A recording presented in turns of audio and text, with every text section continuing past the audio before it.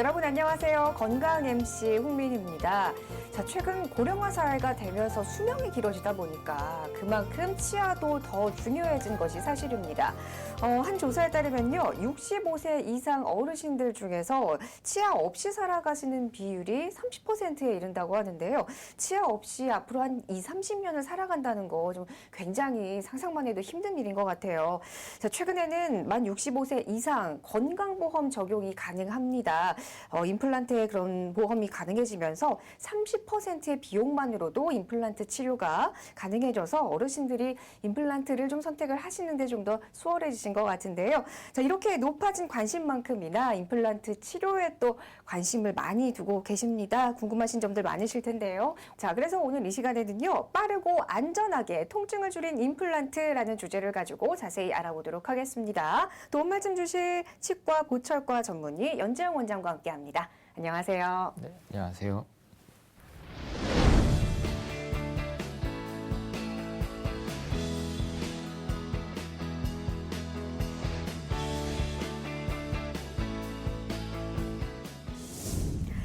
네, 최근 정말 고령화가 되면서 치아를 상실한 상태로 살아가시는 분들이 꽤 많으신 것 같아요. 원장님, 네. 치아가 상실이 되게 되면 생각만 해도 굉장히 좀 불편할 것 같은데 네. 어떤 문제들이 생길까요? 네, 치아를 상실하게 되는 경우는 여러 가지가 있을 수 있습니다. 화면에 보시는 것처럼 부분적으로 치아를 상실하는 경우도 있을 수 있고, 또 전체 치아가 빠지거나 빼게 되는 상황이 생길 수도 있고요. 이렇게 일부 혹은 전체 치아를 상실하게 되는 경우에 생길 수 있는 문제점들을 한번 보시면, 먼저 발음에 문제가 생길 수 있고요. 또 심미적인 문제를 유발할 수 있습니다. 이가 빠지게 되면 이제 외모가 좀 나이가 들어 보인다거나 입꼬리가 처져서 인상이 좀 안 좋아진다거나 이런 문제가 생길 수 있고요. 또 어금니나 앞니의 저작, 교합 이런 것들이 변하게 되면 턱관절 쪽의 불편감, 통증, 또 디스크의 위치 변화 이런 것들을 유발할 수 있어서 턱관절 장애를 가져올 수도 있습니다.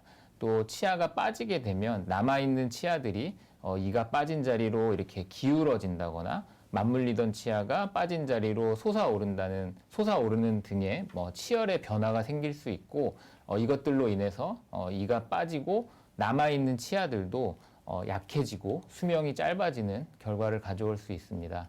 또 이가 전부 있을 때보다 씹는 힘이나 이런 것들이 약해지기 때문에 좀 먹기 편한 음식 위주로 식사를 하시게 되고, 영양 섭취에도 문제가 생겨서 전신적인 문제까지도 일으킬 수 있기 때문에 치아가 빠지게 되면 그냥 방치하지 마시고 치료를 하시는 게 좋겠습니다.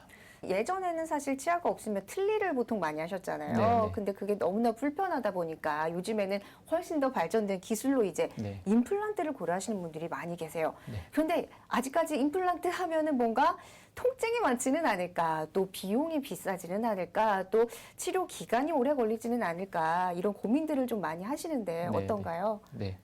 이런 대표적인 고민들을 좀 정리해서 보면, 먼저 아프지 않을까, 또 내가 치과에 대해서 두려움, 공포증이 심한데 임플란트 치료를 받을 수 있을까, 이런 것들을 궁금해 하시고요. 또 치료 기간이 오래 걸리지는 않을까, 그 기간 동안 병원을 얼마나 자주 와야 되는지 이런 것들도 많이 궁금해 하십니다. 또 내가 잇몸이 좋지 않은데, 잇몸이 좋지 않고 잇몸뼈가 부족하다는 얘기를 들었는데 나는 임플란트를 할 수 있는지 이런 것들을 좀 궁금해 하시고요. 또 요즘에는 고혈압이나 당뇨 같은 기저질환을 가진 분들이 굉장히 많은데요. 내가 그런 기저질환을 가지고 있을 때 나도 임플란트 시술을 받을 수 있는지 이런 것들도 많이 궁금해 하십니다. 그리고 임플란트를 내가 이가 하나도 없는데, 내지는 부족한 치아의 개수가 많은데, 그러면 나는 임플란트를 몇 개를 해야 되고, 그러면 또 비용은 얼마나 들지 이런 것들을 많이 걱정하시고 궁금해 하십니다. 네. 자, 정말 임플란트 하면은 고민되는 것들이 많이 있습니다. 그런데 최근에는 또, 의학기술도 많이 발전을 하다 보니까 이런 통증도 줄이고 또 비용도 줄이고 여러 가지 이런 불편을 해소할 수 있는 그런 치료법들이 좀 나왔다고 하는데요. 자, 이렇게 정말 편안하게 받을 수 있는 임플란트 치료 있을까요? 네, 제가 오늘 방송에서 말씀드릴 것은 두 가지인데요. 네. 네, 먼저 통증이나 두려움을 최소화할 수 있는 수면 임플란트라는 시술이고요. 두 번째는 비용도 줄이고 임플란트의 부작용도 최소한으로 할 수 있고 안전하고 정확한 시술을 가능하게 하는 디지털 분석 임플란트, 이 두 가지에 대해서 오늘 말씀을 드리려고 합니다. 자, 그러면 디지털 분석 임플란트, 이거는 사실 용어가 좀 생소한데 어떤 방법으로 하는 건지 영상으로 준비를 했습니다. 함께 보시죠. 네, 디지털 분석 임플란트는 내비게이션 임플란트로도 알려져 있는데요. 최신의 디지털 장비를 이용해서 구강 내 데이터를 스캔하고 3차원 CT 데이터와 구강 스캐너를 이용한 데이터를 종합해서 사전에 환자의 임플란트의 최적의 위치, 방향 이런 것들을 미리 계획을 하게 되고요.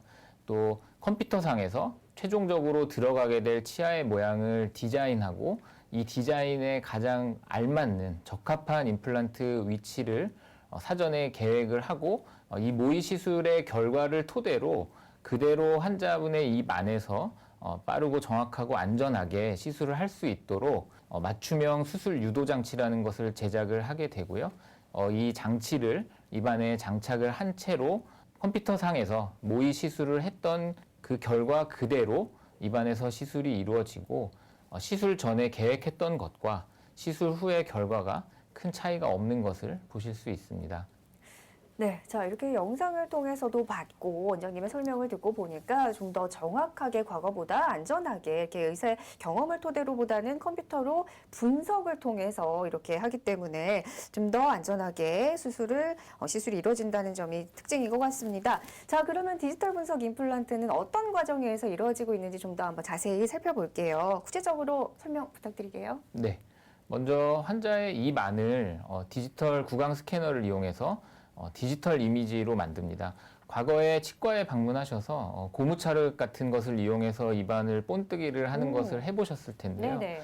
이것이 아날로그 방식이라면 디지털 구강 스캐너는 고무차륵을 이용한 본뜨기를 디지털로 변환한 것이라고 생각하시면 됩니다. 그래서 구강 스캐너를 입안에 넣고 입안의 치아의 형태나 위치 이런 것들을 디지털 이미지로 변환을 하고요. 네. 또 3차원 CT를 촬영을 해서 구강 스캐너를 이용해서 얻어진 디지털 이미지와 3차원 CT 데이터를 컴퓨터상에서 종합을 하고 환자분의 신경의 위치 또 골질 이런 것들을 미리 파악을 해서 컴퓨터상에서 가장 적합한 가장 좋은 임플란트의 위치, 방향, 개수 이런 것들을 미리 계획을 하고 모의 시술을 하게 됩니다.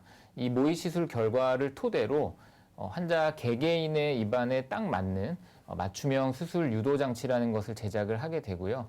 이것이 준비가 되면 그다음에 환자분께서 내원을 하셔서 이걸 입안에 장착을 하고 이미 사전에 계획을 다 해놨고 모의로 해봤기 때문에 네. 그 계획을 토대로 정해진 단계에 따라 빠르고 안전하게 시술이 이루어지게 됩니다. 네. 자, 그렇다면 이 디지털 분석 임플란트 특징으로는 또 어떤 것들이 있는지 장점들이 뭐가 있을까요? 네, 장점을 말씀을 드리면 치아와 치조골의 어떤 정보와 신경의 위치, 치아의 골의 양이나 질을 디지털상, 그러니까 컴퓨터상에서 재현을 할 수 있고요. 이것을 통해서 사전에 모의 시술을 해보기 때문에 임플란트를 좋은 위치에 적절한 개수로 할 수 있기 때문에 필요 이상의 임플란트 개수를 사용하지 않을 수 있고요. 이를 통해서 비용이 감소가 될 수 있고 또 수술 과정에 수술 이후에 통증을 줄일 수 있습니다. 또 부작용을 최소화할 수 있기 때문에 임플란트의 수명을 좀 더 오래 잘 쓸 수 있도록 기대할 수 있고요. 또 미리 계획한 대로 시술이 이루어지기 때문에 최소한의 절개 혹은 절개 없는 무절개 시술이 가능합니다. 이를 통해서 임플란트의 수명도 더 오래 쓸 수 있도록 기대할 수 있고 또 시술 이후에 출혈이라든지 붓기, 염증 반응 이런 것들을 최소한으로 할 수 있기 때문에 전신질환이 있는 분들에게도 아주 좋은 방법이라고 할 수 있겠습니다. 또 사전 수술 결과를 미리 컴퓨터상에서 모의 시술을 통해서 계획을 다 해놓기 때문에 임플란트 시술 이후에 올라가게 될 우리의 치아 모양, 보철물이라고 하는 네. 임시 보철물이라든지 최종 보철물을 사전에 미리 디지털 방식을 이용해서 제작을 해놓을 수 있습니다. 이를 통해서 임플란트 시술을 하는 날 바로 임시 치아, 임시 보철물을 장착하는 것도 가능하고요. 이를 통해서 이가 없이 지내는 기간을 최소화할 수 있고 또 이를 통해서 전신질환 환자분들의 치료도 가능하다는 장점이 있습니다. 자, 그러면 좀 더 자세하게 알아보기 위해서 실제 이 디지털 분석 임플란트 시술을 받으신 분의 사례를 통해서 이야기를 하면 더 이해가 될 것 같아요. 네. 화면에 보이는 사례는 디지털 분석 임플란트라는 것을 알고 이 시술을 찾아오셨던 70대 남성분이십니다. 네. 위아래 치아가 하나도 없는 상태이셨고 틀니를 오랜 기간 한 20년 이상 사용을 하셨던 어르신이었습니다. 근데 이분께서는 당뇨와 고혈압을 모두 가지고 계셨고요.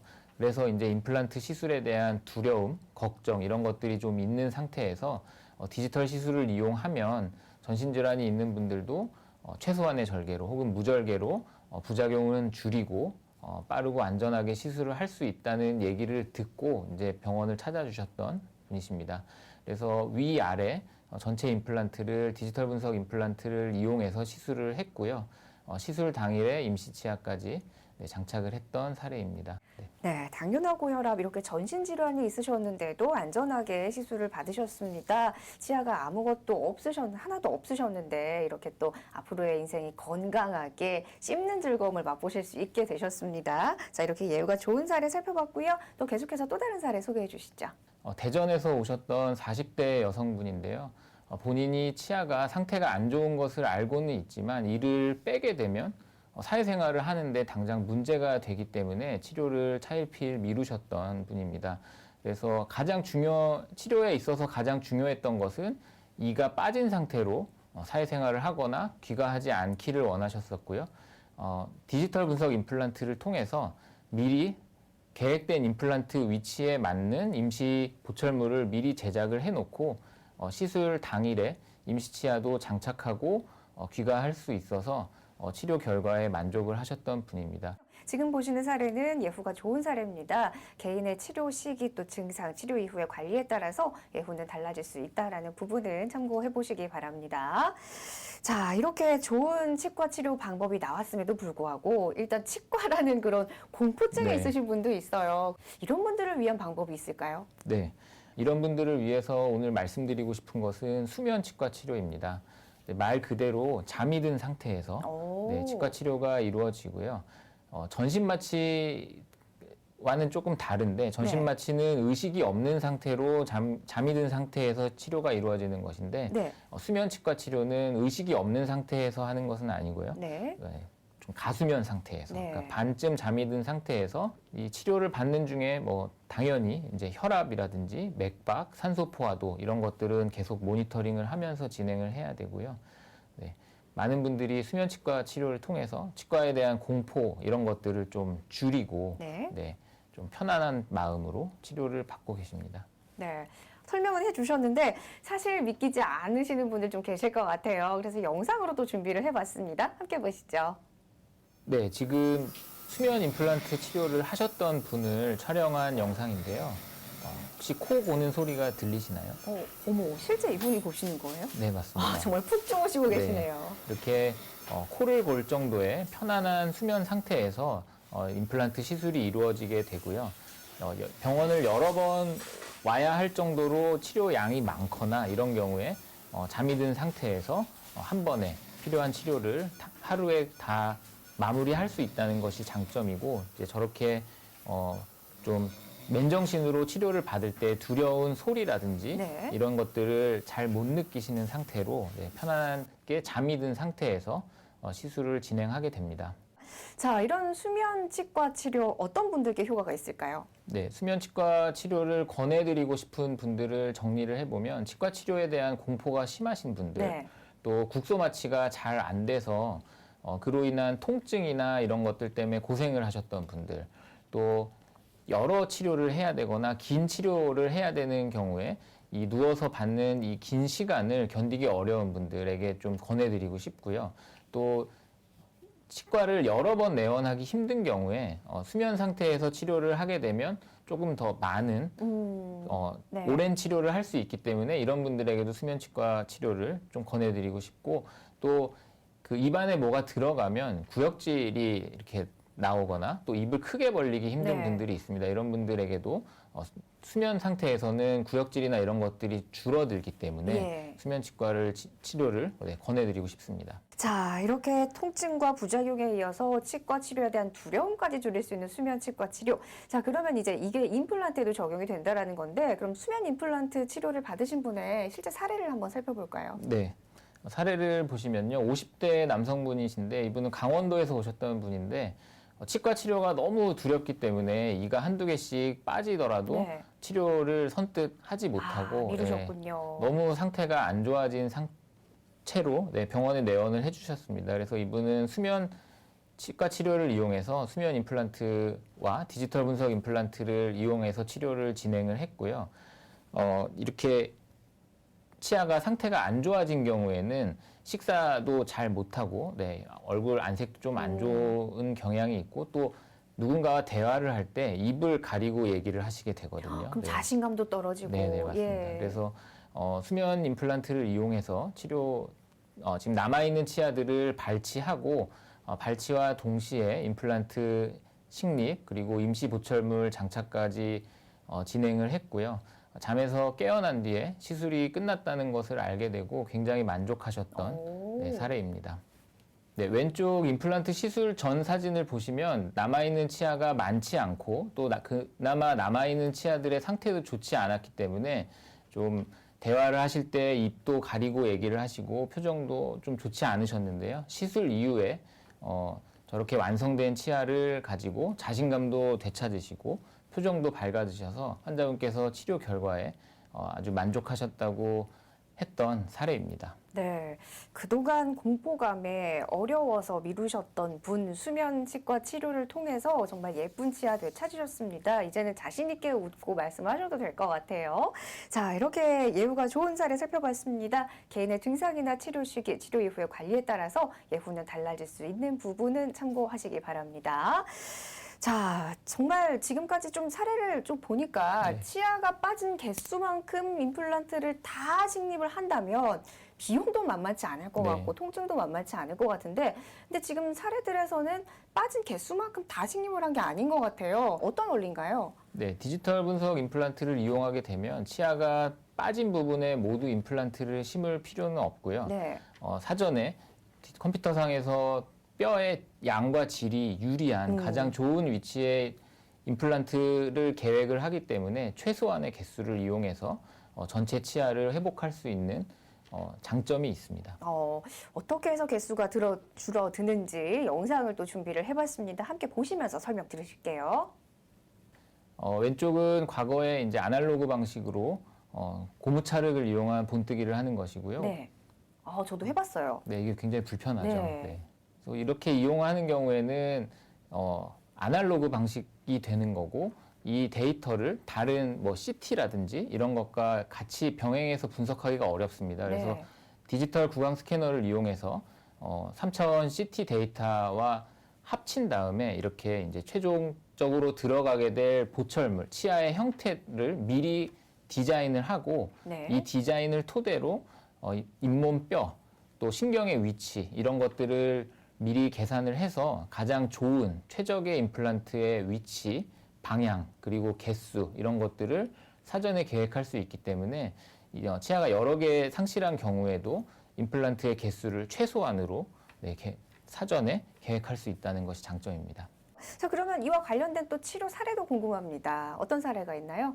네, 이번 사례는 60대 여성분으로 과거에 임플란트 시술을 했었는데 부작용과 실패로 인해서 시술했던 임플란트의 일부는 이제 뺀 것도 있고 또 남아있는 임플란트가 흔들리고 염증 반응이 있어서 오랜 시간 비용적으로 또 시간적으로 고통을 받으셨던 환자분입니다. 골다공증 약을 복용을 하고 계셨고 이 부작용으로 인한 재시술을 했던 사례이고요.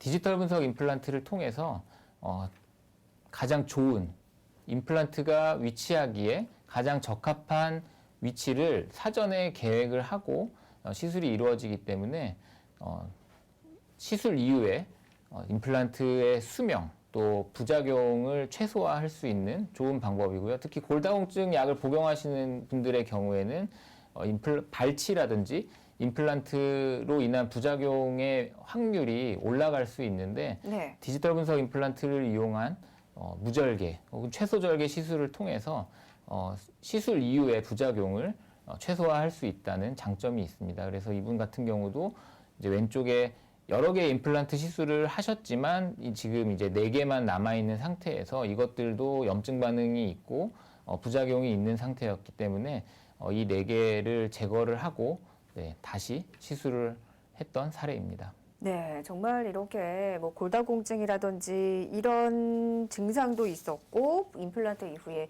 부작용도 있으셨던 분입니다. 또 재시술을 통해서 건강한 치아 되찾으신 사례 살펴봤습니다.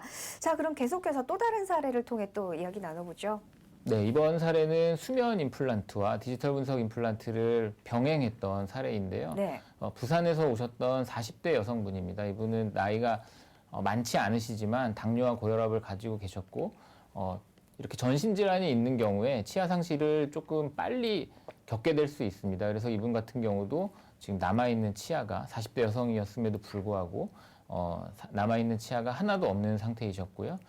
수면 마취와 디지털 분석 임플란트를 통해서 지금 임플란트 식립과 임시 보철물 장착을 같은 날 시술했던 사례입니다.